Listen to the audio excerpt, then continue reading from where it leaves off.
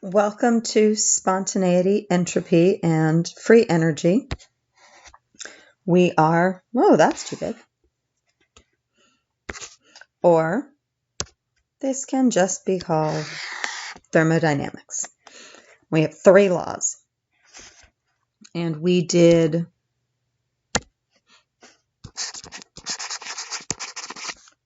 what is called thermochemistry earlier. And one of the things we did in that chapter was QSMAT. What we're doing with thermodynamics is going to the next level from that.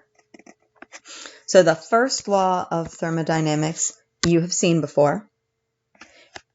Energy cannot be created nor destroyed. This is your law of conservation of energy. Remember, energy can change form. So what we want to look at is, why does a particular process occur in a given direction? So spontaneous. Spontaneous means it occurs without outside intervention, but it tells nothing about the speed, because if you think about it, you know that rust will spontaneously form, but hopefully that's pretty slow. So we're only going to consider the initial and final states, so that makes this a state function. We're not worried about the pathway. That's kinetics' job. Okay. We already studied this.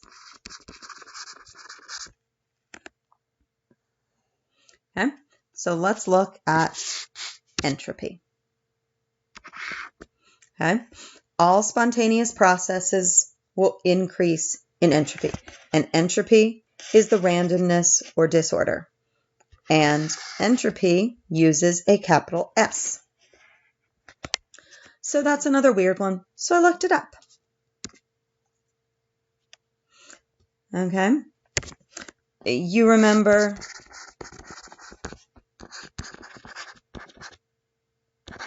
the Clausius-Clapeyron equation? And I might have just spelled that wrong. Well, this guy, he's the one who picked S for entropy, and it's believed that he named it after someone, another scientist. All right, so look at our drawing here on your notes. That did not cut and paste and copy very well. So gotta complete all of these, and we'll pretend they line up and actually have closed valves. So we have a total of 4 particles. So you've got to think of it as 4 unique particles. So here we could have 1, 2, and 3 here, or 4 here. Or we could have 1, 2, and 4 here, 3 here, and there's even more combinations. You know, with this one, we could have 1 and 2 here, 3 and 4 here, or we could have 1 and 4 here, and 2 and 3 here, or 1 and 3 here, and 2 and 4 here. And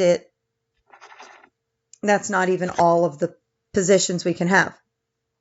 So you can see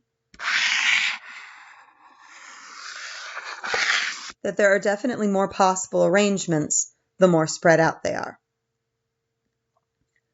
The more possible arrangements there are, the more likely something is to occur. Because remember, entropy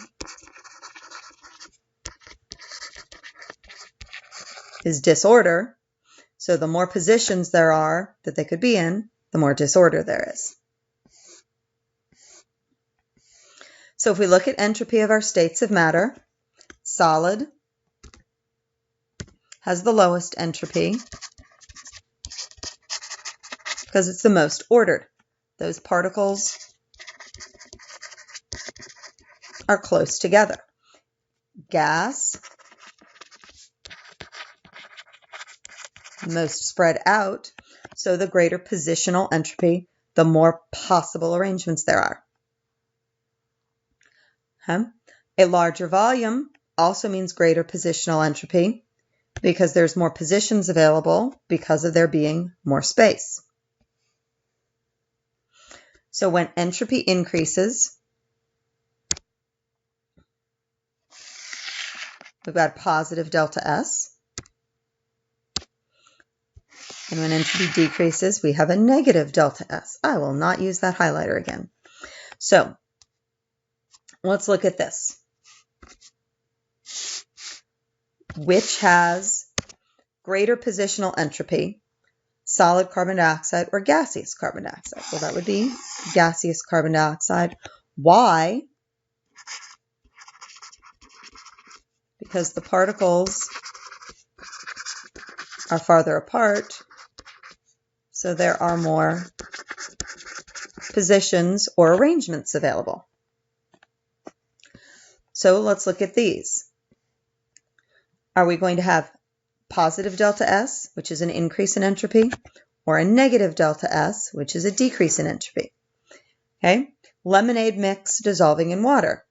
Well, that's going to get less ordered, so that would be a positive delta S. And this would be true for any solid dissolving in water. So water vapor condensing.